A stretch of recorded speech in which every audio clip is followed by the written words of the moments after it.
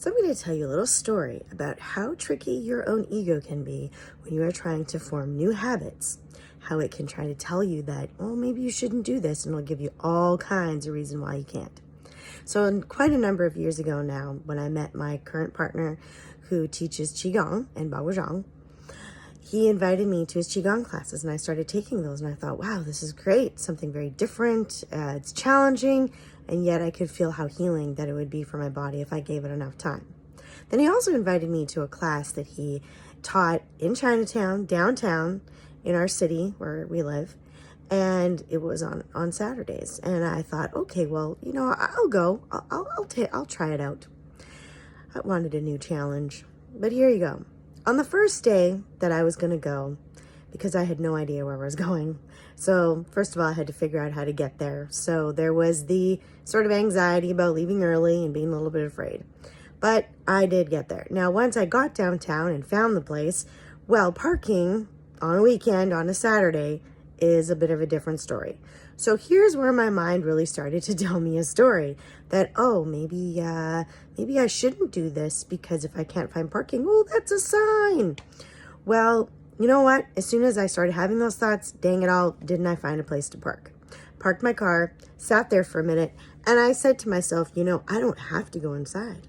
I can't remember how old I was nearing 40, some old woman, and I don't have to do this. I don't have to push myself to do something. But then I heard myself and I thought, well, that's a lot of fear talk in my head.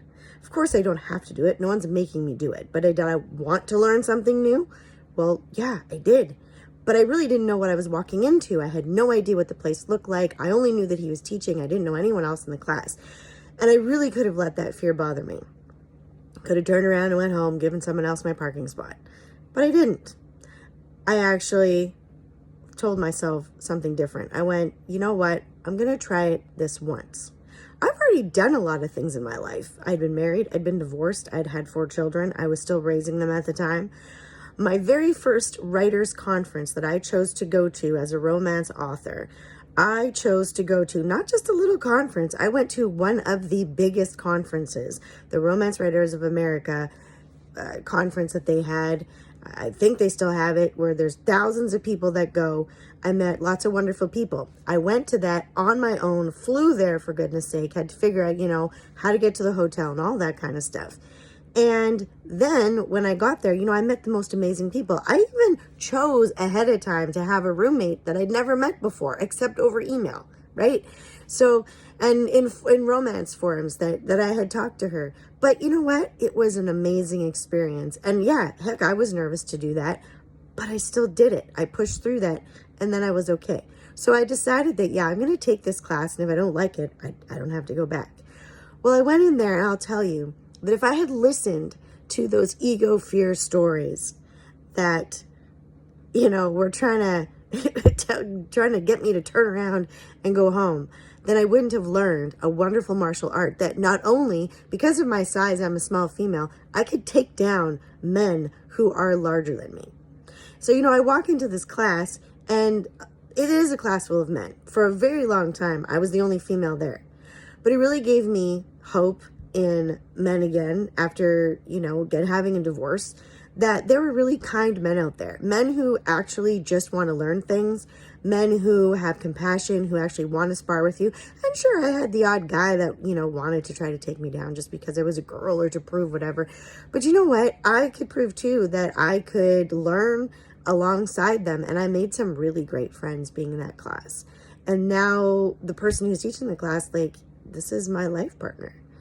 So it's really easy when we become awakened to want to do new things for ourselves, and then our egos will try to tell us not to do it. Sometimes we have people that come to our classes, and this isn't to say that people, everyone needs to come to our class. I mean, I am biased. I think that everyone could benefit from our class. But it's also to watch the stories that you tell yourself, because it's not that you have to do what we're doing or what I'm doing.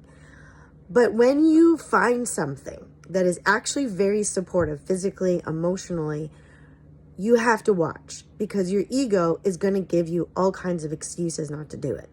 Maybe it's your wife, maybe it's your spouse, maybe it's your significant other. That's the reason that you think you can't take this class, because maybe you thought that you were going to take it together and then they don't want to take it with you. Or maybe it's your kids, because I could have used so many times my children as a reason not to do stuff. And, sometimes it's true. You're busy. You're very busy with your kids. I had 4 of them as a single mom, so I get it. You can be very busy. But you have to watch when it is a genuine, reason that I cannot do this today because, like, my son has a recital or my daughter has a soccer game or whatever it is, that, okay, I really cannot do this today. But then do you go back the next day? Or do you find something else to book your time and then make the reason why you cannot attend that new thing? Because your ego is always, always, always, always going to want to stop you from doing things that are good for yourself. So whether or not it's, taking a spiritual class or it's taking a new martial arts class, that we can use any reason, our ego will use any reason to stop us from doing things that are good for us, because it's scared. It's scared that you're going to change, because you are going to change. And a lot of times we think, oh, if I change, everyone else is going to think I change. We start judging ourselves before anyone else has judged us. We start telling ourselves all kinds of stories, and we haven't even heard the old stories that we still tell ourselves. So you always have to watch what kind of story you're telling yourself in your head, because that's your ego. Your ego is going to want to make sure that you're not doing the things that are good for you. It is, because it's very tricky. There was a post that I just read. It's like your ego gives your ego a boost to validate it because you feel more egoless, but it knows that at the same time you are both, diminishing your ego and boosting it up at the same time. Yeah, that's a thing. That is a thing. So we have to watch that. Watch the stories. It's so important to watch the stories that you tell yourself. You have to. That is what this work and this awakening process is all about.